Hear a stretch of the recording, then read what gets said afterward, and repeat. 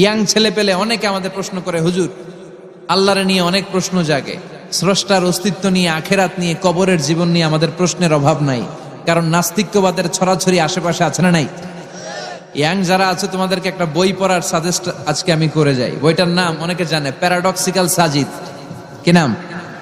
লেখক হচ্ছে আরিফ আজাদ। লেখক কে? আরিফ আজাদ। বইটার নাম প্যারাডক্সিক্যাল সাজিদ। গত 21শে বই মেলায় এটা দ্য বেস্ট সেলার হয়েছিল, এজন্য নাস্তিকদের মাথা গরম। কথা বলেন। এই বছর সে আরেকটা বের করছে, প্যারাডক্সিক্যাল সাজিদ 2। এটা গতকাল থেকে বইমেলায় পাওয়া যাচ্ছে, 21শে বইমেলায়। এই প্যারাডক্সিক্যাল সাজিদ 1, প্যারাডক্সিক্যাল সাজিদ 2 প্রতিটা যুবকের সাথে সাথে রাখার দরকার, ঠিক কিনা? It's an eye opener for you. এই সূরাটা আপনাদের জন্য আই ওপেনার, চোখ খুলে দিবে। একটু চিন্তা করলেই বুঝবেন যে নাস্তিকদের যুক্তিগুলো খুবই হালকা। ওরা স্রষ্টাকে মানতে চায় না, আল্লাহরে মানতে চায় না। এর কারণ ওরা বলে আনসিন ইজ নাথিং, যেটারে দেখি না ওইটা মানি না। নাউজুবিল্লাহ পড়বেন না? কিন্তু ওরা ওদের জীবনে অনেক কিছু দেখে না, ওরা মানে না। কথা কন। আচ্ছা, আপনি আপনার জীবনে সরাসরি চোখ দিয়ে আমেরিকা দেখছেন? কথা কয় না। তা আমেরিকা যে আছে মানেন না? যারা এখনো হজে যান নাই, যারা এখনো যান নাই, কাবা ঘর নিজ চোখে সরাসরি দেখছেন? টিভিতে না, টিভিতে তো সবাই দেখছে। সরাসরি কাবা ঘর দেখছেন? তো আপনি যে দেখেন নাই, আপনি সৌদি আরব যে আছে, কাবা ঘর যে আছে মানেন না? নাস্তিকরা বাতাস খালি চোখে দেখে না, দেখে, কিন্তু নাস্তিকরা বাতাস মানে না। Why do you believe on that? বাতাস মানুষ কেন? তোর দাদা, তোর বাবা কোনোদিন বাতাস দেখছে? তুই তোর চোখ দিয়ে কোনোদিন বাতাস দেখেছিস? Do you see the air in the atmosphere? উত্তরে বলবেন no. So why do you believe on that? বাতাস বিশ্বাস করো কেন? Do you see the migraine pain when someone feel in his head? কেউ যখন মাথা ব্যথা অনুভব করে, বলে যে আমার মাথাটায় প্রচন্ড ব্যথা। ওর যে মাথা ব্যথা দেখা যায়? কথা বলেন। ভাইজানের মাথা ব্যথা প্রচন্ড দেখা যাচ্ছে? মাথা ব্যথা থাকলেও মাথার অবস্থা যা, না থাকলেও এটা দেখা যায় না। So why do you believe on that? মাথা ব্যথা দেখা যায় না তো বিশ্বাস করস কেন? এগুলো কপাল পড়া, এগুলো হচ্ছে নাম্বার 1 হাদারাম, উল্লুক্কা পাঠা। এদের দলিলগুলো একেবারে নড়বড়ে। কুফানগরীতে এক নাস্তিক ছিল, সে বলে বেড়াতো আমি আল্লাহরে দেখি না তাই মানি না। কুফানগরীর লোকজন বলে আমাদের এক ইমাম আছে, নাম নু'মান ইবনে সাবিত, ওনার সাথে বসলে তুমি আল্লাহরে দেখতে পাবা। সে বলে তাই, তাহলে তোমাদের ইমামকে ডাকো। সাইয়েদনা ইমাম আবু হানিফা টাইম দিলেন, এই জুমার দিন, আজকে জুমার দিন না, এই জুমার নামাজের পরে ঠিক ভর দুপুরে 2টায় সবাই আমরা একত্রিত হব। নাস্তিকও আসবে, সাইয়েদনা ইমাম আবু হানিফাও আসবে। জুমার সালাতের পরে লোকের বন্যা বয়ে গেল, বাঁধ ভাঙা জোয়ার, অনেক মানুষ। নাস্তিক এসেছে, লক্ষ লক্ষ লোক এসেছে, আসে নাই ইমাম আবু হানিফা। আসে না আধা ঘন্টা, 1 ঘন্টা, 2 ঘন্টা পরে আসছে। নাস্তিক বলে এই তোমাদের ইমাম, যার কোনো সময়ের জ্ঞানী নাই, এর সাথে কিসের তর্ক? সাইয়েদনা ইমাম আবু হানিফা বলে ইনদি উযর, আমার ওজর আছে। কি ওজর? সাইয়েদনা ইমাম আবু হানিফা বলেন আমি ঘর থেকে বের হয়ে আসার পথে একটা নদী পার হয়ে আসতে হয়। আজকে এসে দেখি নদীর মধ্যে কোনো মানুষ টানুষ নাই, নৌকা নাই, মাঝি নাই, কিচ্ছু নাই। তো হঠাৎ দেখলাম পাশে বিশাল বড় একটা গাছ, এই গাছটা এমনি এমনি 2 ভাগ হয়ে গেল। হঠাৎ গাছ থেকে এমনি এমনি লম্বা তক্তা হয়ে গেল, এমনি এমনি তক্তাগুলো জোড়া লেগে নৌকা হয়ে গেল। আর নৌকা আমার সামনে আসলো, মাঝি ছাড়া, লগি বৈঠা ছাড়া। আমি নৌকায় যেয়ে বসলাম, নৌকাটা আমার নিয়ে টান দিয়ে সাঁ করে ওপার নিয়ে গেল। তো এই যে এই কাজগুলো আর প্রসেসিং গুলো হতে আমার 2 ঘন্টা সময় লেগেছে। নাস্তিক কয় তগ ইমাম গাঞ্জা খাইছে, মাথার তার ছিঁড়া গেছে, নাহলে কোনো সুস্থ মানুষ এই কথা বলতে পারে? এমনি এমনি নাকি গাছ ভেঙে তক্তা হয়, এমনি এমনি নাকি তক্তা লেগে নৌকা হয়, এমনি এমনি নাকি মাঝি ছাড়া নৌকা চলে? সাইয়েদনা ইমাম আবু হানিফা বললেন এই তো আপনি লাইনে চলে আসছেন, আপনারে বুঝানো এখন আমার খুব সহজ হবে। এমনি এমনি গাছ কাটে না করাত ছাড়া, এমনি এমনি তক্তা জোড়া লাগে না, নৌকা হয় না মিস্ত্রি ছাড়া, এমনি এমনি নৌকা চড়ে না মাঝি ছাড়া। তাহলে এত বিশাল বড় আকাশটা কেমন করে এমনি এমনি হলো? জমিনটা কেমন করে এমনি এমনি হলো? সাগর, মহাসাগর, পাহাড়, মরুভূমি কেমন করে এমনি এমনি হলো? এগুলোর একজন স্রষ্টা আছে না নাই? নাস্তিক কয় তাই তো, আসলেই তো আমি হাদারাম, আসলেই তো আমি উল্লুক্কা পাঠা। এইভাবে তো আমি কখনো ভেবে দেখি নাই, এইভাবে তো কখনো চিন্তা করি নাই। ও ইমাম, তুমি আমার ঘুমন্ত বিবেককে জাগিয়ে দিয়েছ। তুমি আমার চোখের সামনের পর্দাটা উঠিয়ে দিয়েছো, তুমি আমার দৃষ্টিভঙ্গিকে পরিবর্তন করে দিয়েছো। ও ইমাম, তুমি আমার চোখ খুলেছ, তুমি আমাকে হক চিনতে সাহায্য করেছো। আর দেরি করতে চাই না, আমারে পড়িয়ে দাও লা ইলাহা ইল্লাল্লাহু মুহাম্মাদুর রাসূলুল্লাহ। কালিমা পড়ে মুসলমান হয়ে গেছে। আল্লাহু আকবার পড়েন। এমনি নাস্তিকদের জন্য এই সূরার ভেতরে আল্লাহ তাআলা অনেক দিগদর্শন রেখেছেন, জীবন দর্শন রেখেছেন। আল্লাহ বুঝাতে চান যে গোলাম, আমারে চেনার জন্য, আমারে দেখার জন্য তোর ডক্টরেট ডিগ্রি লাগবে না, তোর ব্যাচেলর ডিগ্রি, মাস্টার্স ডিগ্রি লাগবে না। তুই আমার সৃষ্টির দিকে একটু নজর করে তাকা, একটু ঠান্ডা মাথায় চিন্তা করে দেখ, একটু সাগরের দিকে তাকা, একটু নদীর দিকে তাকা, একটু পাহাড়ের দিকে তাকা। তাকালেই তুই বুঝবি সামওয়ান ইজ কন্ট্রোলিং এভরিথিং। একজন এমডি আছে, ম্যানেজিং ডাইরেক্টর, মহা ব্যবস্থাপক, যিনি গোটা বিশ্বের সব ব্যবস্থাপনার আঞ্জাম দিচ্ছেন। চিল্লায় বলেন ঠিক কিনা? আল্লাহ বলে তুই সাগরের দিকে তাকা, পাহাড়ের দিকে তাকা, নদীর দিকে তাকা। সাগরের দিকে তাকালে আমি আল্লাহরে খুঁজে পাবি। ঝর্ণার দিকে তাকা, ঝর্ণার মধ্যে আল্লাহর নিদর্শন আছে না নাই? ঝর্ণা ঝর্ণা ঝর্ণা রে, বলনা বলনা বলনা রে, কার বিরহে পাগল পাড়া তুই, কার মিলনে ফুল ফসলে ভরারে তোর দুকুল ভই, কার মিলনে ফুল ফসলে ভরারে তোর দুকুল ভই। ঝর্ণা ঝর্ণা ঝর্ণা রে, বলনা বলনা বলনা রে, কার বিরহে পাগল পাড়া তুই। সুবহানাল্লাহ পড়েন। ঝর্ণা দেখছেন কোনদিন? হড়ে হড়ে দেখছেন? সিলেটে মাধবকুণ্ড জলপ্রপাত, আর কোথায়? সীতাকুণ্ড, আর কোথায়? রাঙ্গামাটি, আর শ্রীমঙ্গল। ঝর্ণা আছে না? এই ঝর্ণার দিকে তাকাবেন, ঝর্ণার ঝরঝর শব্দের আওয়াজগুলো বুঝার চেষ্টা করবেন, দেখবেন ঝর্ণা আপনাকে বলে দিবে যে আমার স্রষ্টা কে। আল্লাহর সৃষ্টির দিকে তাকালে আল্লাহরে পাওয়ার সুযোগ আছে না নাই? এই তথ্যগুলো, এই উপাত্তগুলো, এই মেসেজ আর ইনফরমেশন গুলো আল্লাহ তাআলা এই সূরার ভেতরে ভরে দিয়েছে। শুনতে রাজি আছেন? আওয়াজ করে বলেন তো সূরার নাম। আরো জোরে সবাই বলেন কি নাম? মুলক। মুলক মানে কি? মুলক মানে রাজত্ব, মুলক মানে ক্ষমতা, মুলক মানে পাওয়ার, মুলক মানে কিংডম, মুলক মানে সভরেইনটি, মুলক মানে অথরিটি। অথরিটি কার? এজন্য রাব্বুল আলামিন বলেন তাবারাকাল্লাযী বিয়াদিহিল মুলকু ওয়া হুয়া আলা কুল্লি শাইইন কাদির। সুমহান সেই সত্তা যার হাতে ক্ষমতা, আর তিনি সকল কিছুই করতে ক্ষমতাবান, সবকিছুর উপর কর্তৃত্বশীল। চিল্লায় বলেন ঠিক কিনা? তাবারাকাল্লাযী, সুমহান তিনি, বিয়াদিহিল মুলক, যার হাতে ক্ষমতা। ক্ষমতা কার হাতে? নাকি প্রধানমন্ত্রীর হাতে, র্যাবের হাতে, পুলিশের হাতে, আমনেগো হাতে? আপনারা তো কোন ক্ষমতা সব আমগো হাতে। সকল ক্ষমতার উৎস কে? সকল ক্ষমতার উৎস আল্লাহ। কিন্তু আমরা বলে থাকি সকল ক্ষমতার উৎস জনগণ। এটা যুক্তিতে টিকে না। কি ক্ষমতা আছে আমাদের? কি ক্ষমতা আছে? কোনো ক্ষমতা নাই। মানুষকে আল্লাহ তেমন কোনো ক্ষমতাই দেয় নাই। যেটা দিছে এটার ক্ষমতা বলা যায় না। চিল্লায় বলেন ঠিক। আসল ক্ষমতার মালিক হলেন আল্লাহ।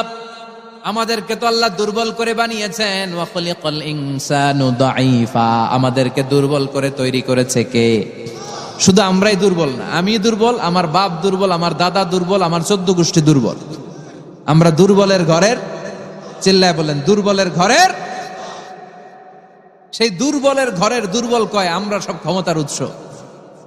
কি ক্ষমতা আছে আমার? আজকে মাহফিলের প্যান্ডেলের পেছন থেকে বলে, কেউ যদি বলে ওঠে হুজুর সাপ, কি বলে? সব দৌড়। আমি আমার নানা করে লয়ে দৌড়, তুমি এদিকে দৌড়া, চাচা আপন প্রাণ বাঁচা। সাপ কথাটা তো মজা করে বললাম, এতে অনেকে খুঁজতেছে আসলে কি সাপ। আর আসলেই যদি একটা anaconda, C snake, black mamba, king cobra, Python এসে ফস করে যদি প্যান্ডেলে একটা ঢুকতো, পাওয়া যেত কাউরে? কথা কন। তো এই হচ্ছে আমাদের ক্ষমতা। সাপ বাদ দেন, বাবা ব্যাংক চিনেন? চিনেন না? না, দেবিদ্বারে তো বাবা ব্যাংক নাই। কি করে? খালি লাফায়। 10টা বাবা ব্যাংক, 2টা এই স্টেজে, আর বাকি 8টা প্যান্ডেলে। যদি ছেড়ে দেওয়া হয়, বাবা ব্যাং আর কি লাভ দিবে? এর চেয়ে বড় লাভ দিবেন আপনারা। বাবা ব্যাঙের চেয়ে বড় লাভ দিয়ে আমরা দৌড়াইতে শুরু করব। কত অসহায় আমরা, কত দুর্বল। বল্লা পোকা, মৌমাছি আমাদেরকে কামড় দিয়ে উড়াল দেয়, এটারে ধরে যে মারমু এটাও পারি না। কুত্তা এম করে কামড়াইলে আমরা কুত্তারে কামড়াইতেও পারি না। কি অসহায়। পিঁপড়া কামড় দিলে আমরা কিছু করতে পারি না। কানের ভিতরে যদি কারো পিঁপড়া ঢুকে থাকে বুঝবেন সে মজাটা কি। আহা, হ্যাঁ, বাঁচার কোনো সুযোগ নাই, কোনো ক্ষমতাই নাই। এরপরও আমরা বলি সব ক্ষমতার মালিক আমি। দেখবেন যাদের ডায়রিয়া হয় আর 5-7 বার টয়লেটে গেছে, এর চেহারার দিকে তাকানো যায় না। বৈশা গেছে, বৈশা যান।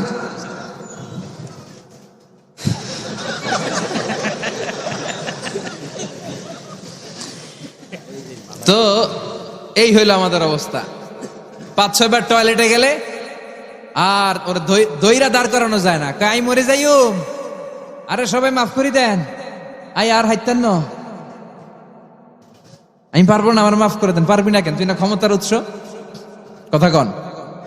আসলে আমাদের কোনো ক্ষমতা নাই, আমরা দুর্বল। আসল ক্ষমতার মালিক একজন, চিল্লায় বলতে হবে তিনি কে। আমরা যে কত দুর্বল। ন্যাচারাল ক্যালামিটি অর ডিজাস্টার যখন হয়, প্রাকৃতিক দুর্যোগ, তখন নিজের অবস্থা খেয়াল করবেন। বন্যার সময় মানুষের কি অবস্থা হয়, ঠিক কিনা? ভূমিকম্পের সময় কি অবস্থাটা হয় আমাদের। রাত 3টার দিকে যদি ভূমিকম্প হয়, দৌড়, লুঙ্গি পইরা দৌড়, লুঙ্গি ছাড়াও দৌড়, আগে যান বাঁচাও।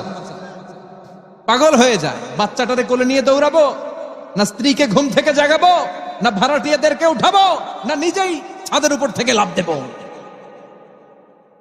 ত্রাস, ভয়, ভূমিকম্প, সবাই দৌড়। দেখবেন ভূমিকম্প হইলে বাড়িওয়ালাও দৌড়, ভাড়াটিয়াও দৌড়। নাকি ভাড়াটিয়ারা দৌড়ায়, বাড়িওয়ালারা দৌড়ায় না? কথা কন। ডোনাল্ড ট্রাম্প যে বিল্ডিং এ থাকে, ওইটাতে ভূমিকম্প হইলে ডোনাল্ড ট্রাম্প তো দৌড়াবে না? না, ডোনাল্ড ট্রাম্পও দৌড়াবে।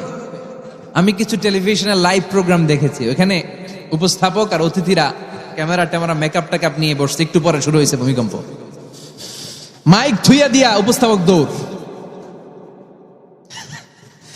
তো যেহেতু মেকআপ টেকআপ একেবারে ক্যামেরা ট্যামেরা সব সেটিং, অতিথিরা ওঠে না। একটু পরে আবার নাড়াচাড়া, এবার অতিথিও দৌড়।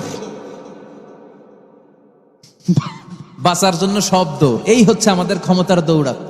এরপরও আমরা বলি আমরা নাকি ক্ষমতার উৎস। তুফান হলে, এইখানে একটা তুফান হলে 70 কিলোমিটার বেগের জাস্ট বাতাসটাকে যদি আল্লাহ এর তীব্রতা যদি বাড়িয়ে দেয়, সব দৌড় আমরা। কথা কন। আল বাহরু জুনদুম মিন জুনুদিল্লাহ, আর রিহু জুনদুম মিন জুনুদিল্লাহ। বাতাস আল্লাহর সৈনিক, আগুন আল্লাহর সৈনিক, তুফান আল্লাহর সৈনিক। চিল্লা এখন ঠিক কিনা? 2004 সালের সুনামির কথা ভুলে গেছেন? ইন্দোনেশিয়া একটা প্রদেশ আছে, বান্দা আছে, এক ধাক্কায় 3 লক্ষ সাগরের ভেতরে। জাপানের কান্টো শহরে 1 লক্ষ নয়, একটা ধাক্কায়, কয়েক সেকেন্ডের ব্যবধান। একটু আগে নাচানাচি করতেছিল, ধুম্মা চলে ধুম, একটু পরে সব হয়ে গেছে ধুম ধুম। একেবারে সাইজ করে ফেলছে কে? আহা, কোনো ক্ষমতা নাই। ক্ষমতার মালিক কে? এজন্য রাব্বুল আলামিন বলেন, তাবারাকাল্লাযী বিয়াদিহিল মুলকু ওয়া হুয়া আলা কুল্লি শাইইন কাদির। সুমহান সেই সত্তা যার হাতে ক্ষমতা, ক্ষমতা কার হাতে? কক্সবাজারে দেখবেন একটা দ্বীপ আছে, একমাত্র দ্বীপ যেটাতে পাহাড় আছে, নাম মহেশখালী। ওইখানে বৌদ্ধদের স্বর্ণ মন্দির আছে। ওখানে তুফান টুফান শুরু হইলে বৌদ্ধরাও জিকির করা শুরু করে দেয় আল্লাহর। সুবহানাল্লাহ কইবেন না? তুফানে পড়লে দেখবেন হিন্দু, বৌদ্ধ, আস্তিক, নাস্তিক সবাই জিকির করে একজনের। চিল্লায় বলেন তিনি কে? আমরা মাঝে মাঝে আমাদের প্রোগ্রাম স্কেডিউল এত টাইট থাকে, মাঝে মাঝে আমরা প্লেনে, হেলিকপ্টারে এক জেলা থেকে আরেক জেলায় যাই বাধ্য হয়ে। সিলেটে প্রোগ্রাম, কক্সবাজারে প্রোগ্রাম, ওই অমুক জায়গায় প্রোগ্রাম, তো ফ্লাইট ধরা লাগে। তো আমরা আভ্যন্তরীণ ফ্লাইটে চড়ে চড়ে আমরা যাই। তো আমরা যখন যাই, ওখানে কিছু এয়ার হোস্টেস থাকে বিমানের ভেতরে, এদেরকে বলে বিমানবালা। খুব সুন্দরী স্মার্ট নারীদেরকে তারা রিক্রুট করে, নিয়োগ দেয়। এদের যদি 3-4টা সন্তান হয়ে যায়, এদেরকে আবার চাকরিতে রাখে না। সৌন্দর্যটাই যাদের পুঁজি। তো এরা লিপস্টিক মেখে, পারফিউম মেখে, মেকআপ করে, ভেরি বিউটিফুল লেডি। ওরা আসে, এসে আমাদেরকে খাবার টাবার দেয়, ইনস্ট্রাকশন দেয়। তো বিমানটা, আভ্যন্তরীণ বিমানগুলো বাংলাদেশের ভেতরে যেগুলো চলে এগুলো 14 থেকে 15,000 ফিট উপরে ওঠে। তো বিমানটা প্রথমে রানওয়েতে টাক্সি করে, মানে বিমান যখন মাটিতে চলে এটাকে বলে টাক্সি। কি বলে? টাক্সি ছেড়ে যখন উপরে ওঠে এটারে বলে টেক অফ। কি বলে? এটা যখন বিমানটা যখন টেক অফ করবে তখন দেখলাম এই এয়ার হোস্টেস গুলো, যেগুলোর পর্দা নাই, হেজাব নাই, শালীনতা নাই, মাইক্রোফোন হাতে নিয়ে ঘোষণা দিচ্ছে, ভদ্র মহিলা এবং ভদ্র মহোদয়গণ, আপনারা আপনাদের সিট বেল্ট গুলো বেঁধে নিন। এখনই আমাদের উড়োজাহাজটি শাহজালাল আন্তর্জাতিক বিমানবন্দর থেকে শাহ আমানত বিমানবন্দরের উদ্দেশ্যে 15,000 ফিট দিয়ে উড়ে যাবে। এরপরে পড়তে শুরু করে আল্লাহ আকবার, আল্লাহ আকবার, আল্লাহ আকবার। তো আমি উল্টা ঘুরে তাকাইলাম, কিরে এই মাইয়া আল্লাহ আকবার কয় কেমনে? গুইরা দেখি হাতের মধ্যে এরকম কাগজ, এই কাগজ থেকে দেখে দেখে পড়তেছে, উচ্চারণ কিন্তু আমগো মতো না, পড়তেছে আল্লাহ আকবার, আল্লাহ আকবার, আল্লাহ আকবার, সুবহানাল্লাযী সাখখারা লানা হাযা, পুরো দোয়াটাই পড়ছে। ওমা কুন্না লাহু মুকরিনিন ওয়া ইন্না ইলা রাব্বিনা লামুনকালিবুন। তো আমি হিসাব মিলালাম, ঘটনা কি? লিপস্টিক, মেকআপ, সুটেড, বুটেড, পারফিউম মাখা, হিপ হপ স্টাইলের মেয়ে, এরা আল্লাহ আকবার পড়ে কেন?